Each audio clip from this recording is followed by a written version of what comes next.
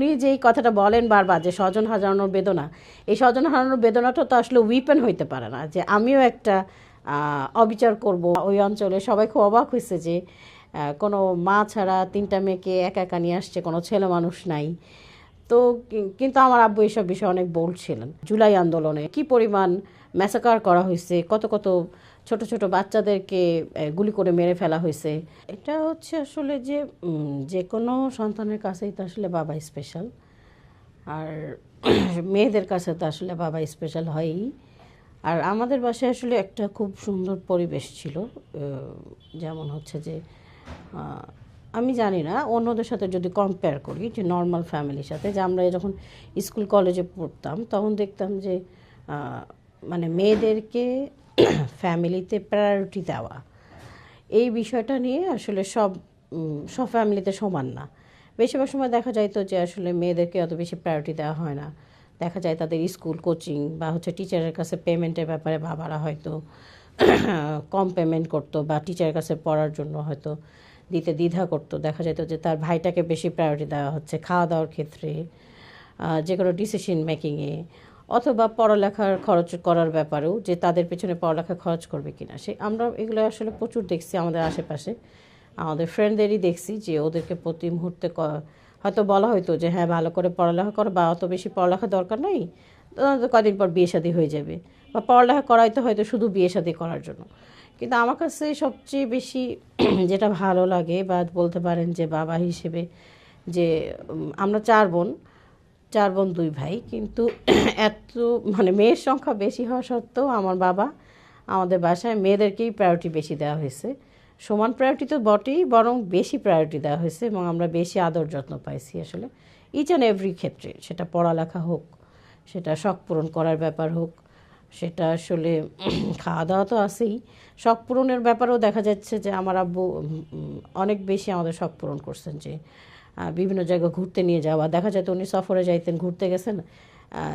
এটা একটু হয়তো ইসলামিক কালচার একটু রেয়ার, বাংলাদেশে হয়তো দেখা যায় না, যে হচ্ছে যে মানে মা ছাড়া মেয়েদেরকে শুধু একা নিয়ে গেছেন। কিন্তু আমাদের এরকম অনেক স্মৃতি আছে যে আব্বু আমাদেরকে, আমরা একবার রাঙামাটি গেলাম, রাঙামাটি কক্সবাজার, ওটা হচ্ছে আব্বু আমাদেরকে নিয়ে গেছেন। আবার খুলনা গেলাম, বাংলা পোর্টে বেড়াতে গেছিলাম। তারপর ওখানে সাংগঠনিকভাবে প্রোগ্রাম করতে গেছিলেন, কিন্তু উনি আমার আম্মু ছাড়াই আমাদের 3 বোনকে নিয়ে গেছেন একা একা। তো ওখানকার সব স্বাভাবিক গ্রাম বা ওই অঞ্চলে সবাই খুব অবাক হয়েছে যে কোনো মা ছাড়া 3টা মেয়েকে একা একা নিয়ে আসছে, কোনো ছেলে মানুষ নাই। তো কিন্তু আমার আব্বু এসব বিষয়ে অনেক বোল্ড ছিলেন। দেখা যেত যে উনি আমাদেরকে নিয়েও গেছেন, ঘুরাইছেন, আমার আম্মুকে ছাড়াই একা একাই নিয়ে গেছেন। তা আমরা আসলে আব্বুর সাথে সফরও করছি মেয়ে হিসেবে। তো আমার কাছে মনে হয় যে অনেকেই হয়তো মানে অন্যদের বাবারা আসলে বাবা তো সবসময়ই স্পেশাল, কিন্তু আমার বাবা আসলেই স্পেশাল।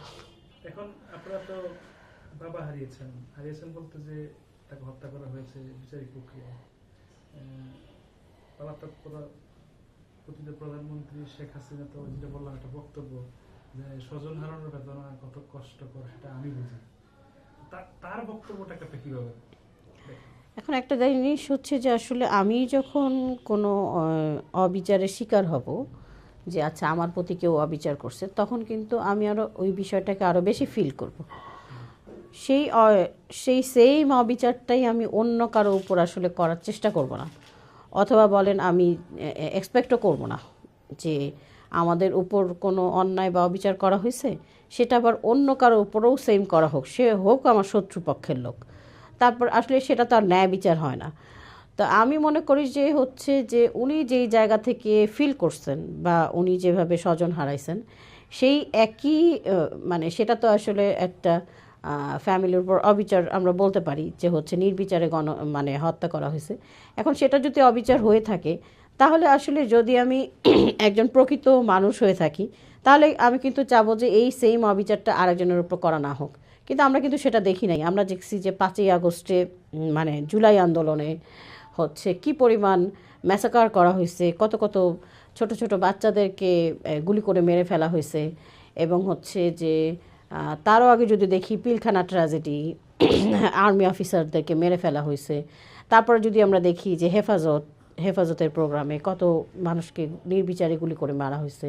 তারপরে আবার যদি দেখেন যে আমাদের জামাতের লিডারদের যেভাবে বিচারিকভাবে হত্যাকাণ্ড ঘটানো হয়েছে, এই কোনোটাই আসলে কাম্য না। আপনি যদি বলেন হ্যাঁ, এই জন্য আমার কাছে মনে হয় যে উনি যেই কথাটা বলেন বারবার যে স্বজন হারানোর বেদনা, এই স্বজন হারানোর বেদনাটা তো আসলে উইপেন হইতে পারে না যে আমিও একটা অবিচার করব বা কোনো ফ্যাসিস্টে পরিণত হব। এই কথাটা বলেই কিন্তু আসলে মানুষের সহানুভূতি নেওয়ার চেষ্টা করা হয়েছে এবং একটা ফ্যাসিজম কায়েম করা হয়েছে।